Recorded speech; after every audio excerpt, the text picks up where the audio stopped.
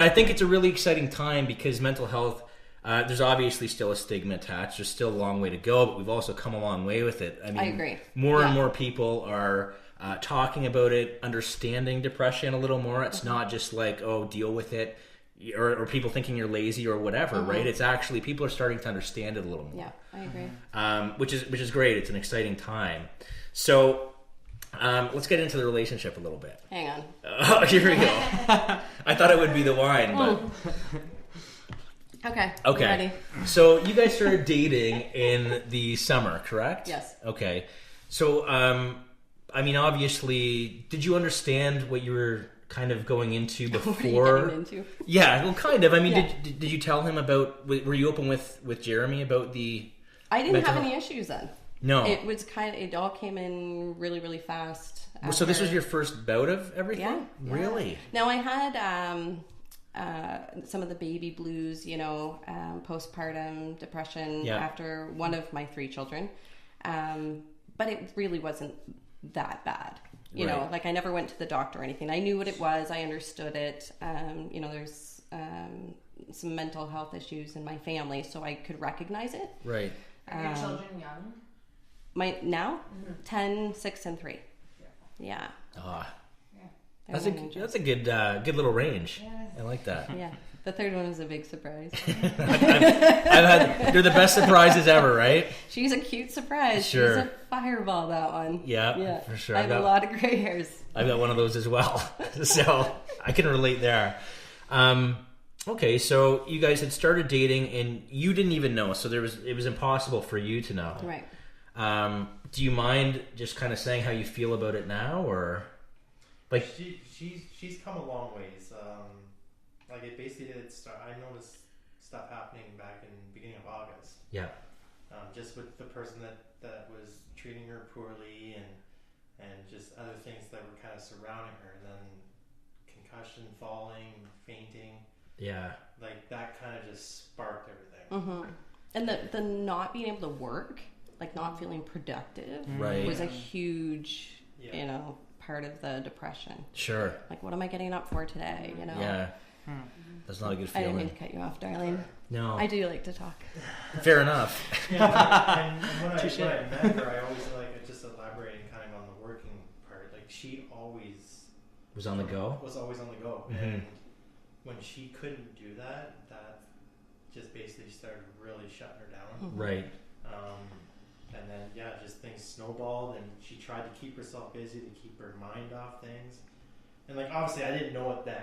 Right. But she just kept herself busy and all the time. Mm-hmm. It was just that moment that Do she you, just didn't want it anymore. do you mind if I mention that he was the one that kind of? Can I? I don't mind. Do you mind if I? No, okay. So Jeremy, Nicole's boyfriend, was the one that found her after she'd been unconscious for 5 hours. What was going through your mind? How are you feeling at this time? Well, I wasn't supposed to be there. Yeah. Because I was obviously working, and it just felt that I needed to go home. And when I got there, and after seeing what was going on in the house, like the puppy making a mess, and something just didn't seem right. Right. And I went to go look for Nicolle, and I found her at first sleeping in the bed. Right. And I just thought, okay, she's just having a nap. I didn't really go in there and try to wake her. Which is probably unusual for Nicole, right? Well, Or No, not at that point. I was sleeping lots. okay. Yeah. So it was starting to spiral. Yeah. Okay. yeah. So then after a few minutes, I went and checked on her again, and that's when I really went into the room and noticed that there was lots of pills that she'd taken, and she decided to lay them out nice and neatly. Yeah. My OCD. Your But, OCD. I was at that moment. I was scared. Yeah. I was very scared. Several reasons. Her health, her kids. Yeah. Everything was going through your mind at once, it's probably. just like everything snowballed, and so I called emergency right away. Yeah. And after I got off the phone with them, I called her parents. And at first, like when she was getting looked at, when the paramedics were there and getting loaded up and taken to the hospital, I just kind of started shutting down myself. Yeah, no kidding. Because I didn't know how to react. I was in shock. Sure. I was scared, and I didn't even go to the hospital right away. Yeah. I look back now and I wish I did. Yeah. Did you just need sort of time to kind of... Well, there was people coming over. Like, we had other people show up at the door, and I had to do statements and all that stuff. Fuck. Yeah. There was a lot going on. And yeah. I have kids of my own, and they were to come over that night too. So I was kind of put in a very tough spot, but I was really concerned about Nicolle. Absolutely. She was my priority at the time. I knew at the time that her family was there. Yeah. So I knew that she at least had somebody. I did go up there later though. And sure. She was awake, and she smiled when I walked in the room. So. What was that like? What were you feeling at that? Just a big relief, or? I wanted to give her a big huge kiss. Yeah. And I was tearing up. It was there were emotional. a lot of tears. Yeah. It was very emotional, and I was just thankful that I was there. No kidding. That I showed up when I did, and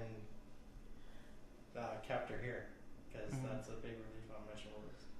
It's crazy. So this was really out of the blue for you. Like, you weren't supposed to be there. You just felt something was off. Yeah. Intuition. Like, fuck. I know. Listen to it. Yeah, no kidding. Listen. It was the first week at his new job. Yeah. So to even say, like, I need to go home, first week of new job. To be really specific, it was day 2. Wow. Yeah. Day 2? Wow. So did you feel it in your stomach? What was the feeling? It was a gut reaction. Yeah. There's something that I just needed to be home. Yeah. That's wild. So. Yeah. And I wasn't supposed to be there. You didn't know that I was there. No. I had no idea. I had talked to Nicolle first thing in the morning, and that was the last I heard from her. Mm-hmm. And I went home because I wanted to let our dog out. Yeah. And I saw her car there, and I'm like, okay, she's there, perfect. Yep. Dog's taken care of. I went in, and I'm so glad that I went in. Did you think about just continuing to drive as soon as you saw her car there? No, you were going to go in regardless? Yeah. Whew. Yeah. Man, that's wild how that all... So obviously, like, you two, I mean, you're pretty well connected for you to be feeling something like that. I mean, that's pretty incredible. Mm-hmm. And you guys have only been dating a short period of time. Yes.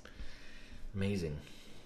Well, I'm glad that this story has a happy ending right now, right? Mm-hmm. So, what are you guys like? What's the future look like for you guys? You're making a big difference. You're still around for a reason. Mm-hmm. You're a great support. So, what's the plan? I mean, do you have one, or are we just kind of winging it? As an entrepreneur, there's always a million things going through your head at all times. Sure. I mean, the people that I support typically in business are moms. Yep. I mean, that's the people that I've connected with for years and years and built relationships with. So I think that's why I want to focus is supporting moms that struggle with mental illness. Yeah. Because the percentage for moms is even higher than the average Canadian. So. Do you think that's due to the postpartum? That feeling of you're never good enough. We're always comparing ourselves to Pinterest or the other people that are taking perfect selfies on Facebook, and there's that image of. So it doesn't stop. It's not just. Who's the cleaver lady? Who's the what? Cleaver. The cleaver. Who's the mom? All these perfect moms on TV. Right. Yeah. The Brady Bunch. Yeah, sure, Brady Bunch. Sure, whatever. We'll go with that. You're talking about older. Yeah. Anyway, go ahead. I was thinking the Beav. The Beav. His mom, Beaver. Leave It to Beaver. Leave It to Beaver. Yeah. Okay. I don't know his mom's name though. Right. I didn't really watch that show. I know what you mean though. Okay. Yeah. Thank you. I get what you're saying. But this is an important message because a lot of the times we think about the younger women comparing themselves on social media into Instagram, but this is continuing as a mom as well. Yeah. And then it's not even, I mean, when you're younger, just speaking from my own experience, it's how you look, right? You're always worried about, am I skinnier than her? Am I pretty? Right. Yeah. And when you're a mom, I mean, you feel like you have to keep that up, but on top of it, you're trying to keep your husband happy, your kids happy. I mean, you literally have to keep these kids alive. Like, that's your job every day is to keep these kids alive. That's a big job. It's a big responsibility. And then to make it look effortltless, so many women make it look easy, and it's not. No, I don't. I know that for sure. I think that being a mom is the most difficult job. And my dad always told me that, he's a surgeon. He used to say, my job's a piece of cake compared to your mom's. And my mom had, myself, which was enough. Yeah, I think that would be enough. Yeah, but she also had I only met you an hour ago. But there was 3 others as well. So, I mean, mom of 4 and you're a mom of 3. So, I mean, what's one more at that point, right? No. Yeah. No. Well, technically, there's 5 because he has 2 and I have 3. So that's fine. He's got a big We're family. Our own Brady Bunch. They do. No kidding. They love each other. They get along well. No kidding. So, no plans of any kids in the future between you two? I'm fixed. Okay, all right. Well, let's just get that out there right now then. Perfect. No condoms then. All right. I had a C-section the last time, and I said, while you're in there, just take care of this, make sure it doesn't happen again. Wow. Yeah. Well, that's one way to do it. Sure. I thought it was the best way to do it. I don't know, but I agree with you. If that's what you feel, I agree with you. So that sounds like a pretty big adventure that you're about to embark on. I mean, this is fairly new to you. You're going to take on the responsibility of not only being this entrepreneur in different areas, but also being a huge advocate for mental health for moms of all situations, I guess, right? That's my goal. So do you have an idea of what you want to, like, web page or anything, or is this just kind of in the works right now? It's in the works, but there's a lot. There's a lot up there? There's a lot. The wheels are turning. Oh, yeah. Fair enough. Yeah. Fair enough. So what would be the message, like everything that you've learned from this, what would be your message to anyone else that's kind of, even with a head injury, anyone that's kind of maybe starting to go down the path of feeling like they want to take those pills or they want it whatever way they want to end their life? Do you have a message for those people thinking of doing something like that? Just talk about it. Talk to somebody. I literally wouldn't tell anybody. Do you think that would have helped you if you had Yeah. So if you didn't have to keep it in and you talked about, hey, and I've done some mental health training as well, so I don't know if you've done Safe Talk yet, but no, but I've heard it's great. Yeah, so that's where I'll tell you a little bit about it. So when it comes to suicide, people are always afraid to, like, if you were down, for instance, and maybe you wanted to talk about it, if I felt that, I wouldn't want to say suicide. This was our old way of thinking, right? Because we think that maybe that would give you the idea, right? Yeah, which like is they're not already thinking right, about it, which is a huge fucking myth. Everybody that's watching, So, like, what, it would trigger you? Is that Yeah, what you're saying? you don't wanna- like, So- I never thought about that. Right? That's Right. what I should do. Yeah, but what actually happens is when you start the conversation and say, "Are you thinking about suicide?" and allow them to talk about it, usually that's all you need. Yeah. And so that would have helped you if someone said, it came up and actually discussed that. Would you have admitted that maybe you were thinking that way? Even if I didn't the first time, it would have probably started, the thought in my head that, that maybe the next time that somebody mentioned it, I go, there's a problem. Really? Yeah. So everything that we're doing, all that we're talking about, it's as simple as that. Just talk. In most cases. Talk to somebody you love and you care about, or that cares about you. Or even like so many people that really don't even know me, but talk to somebody maybe that's been through it, and then get some professional help.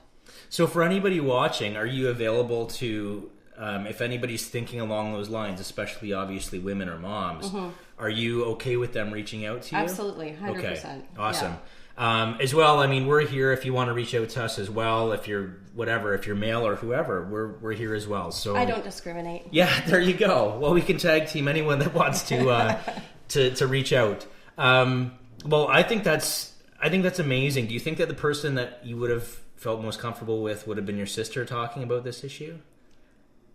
Possibly. I never really thought about that. Yeah. Because you said she's your person. I'm just wondering. She is my person. She's definitely my person. Usually my dancing person. We dance a lot. Okay. But yeah, no, my sister, Jeremy, if I had